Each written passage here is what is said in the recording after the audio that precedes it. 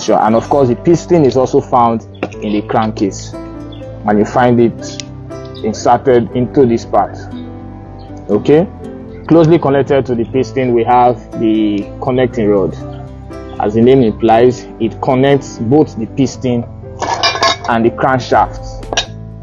Okay, this is the crankshaft, this is the crankshaft, and this is the connecting rod. The connecting rod connects both the piston and the crankshaft. I will quickly do a very short explanation so you get an idea of what I'm talking about. Okay, this is what we have now. This is what we have now. This is how the connecting rod connects the piston to the crankshaft. And of course this is always inside the engine, or always inside the crankcase, and this allows for smooth movement of your generator. All right, let's look at this now. This is called the top cylinder. Okay, in this top cylinder there are a lot of components you can find. One of the components you can find on the top cylinder is a valve. These two valves, the inlet and the outlet. The inlet is from the carburetor end, and the outlet of course is the exhaust end. Another component you can find is the plug. However, there's no plug here at the moment, but you can see the spot where the plug is always screwed into.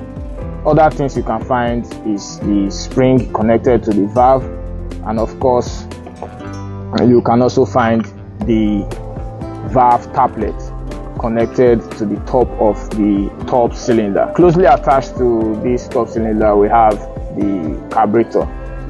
The carburetor is one key component of a generator because it allows for metered fuel to enter inside your engine. So without the carburetor, metered fuel cannot enter into your engine. What do I mean by metered fuel? I mean it regulates the amount of fuel, the amount of petrol that goes into your engine. Okay, that said, we have the cam. We have the cam here.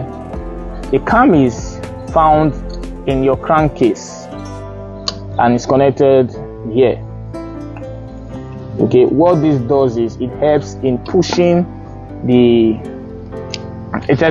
cam follower. Okay, I will explain this very well. I will take my time with this explanation because it's quite technical. If you miss it, you've missed it. Okay, this is what happened. Okay, inside this engine, inside this crankcase, the cam follower, which is this, is connected here and here, and of course the cam is here, and then this pushing rod, they are found here. So what this does is, this is the pushing rod. What this does is, when the flywheel rotates, and of course it now rotates the crankshaft, at that point it pushes this cam to equally push this pushing rod, and of course the pushing rod eventually pushes the taplet. Okay, that may be a little difficult for you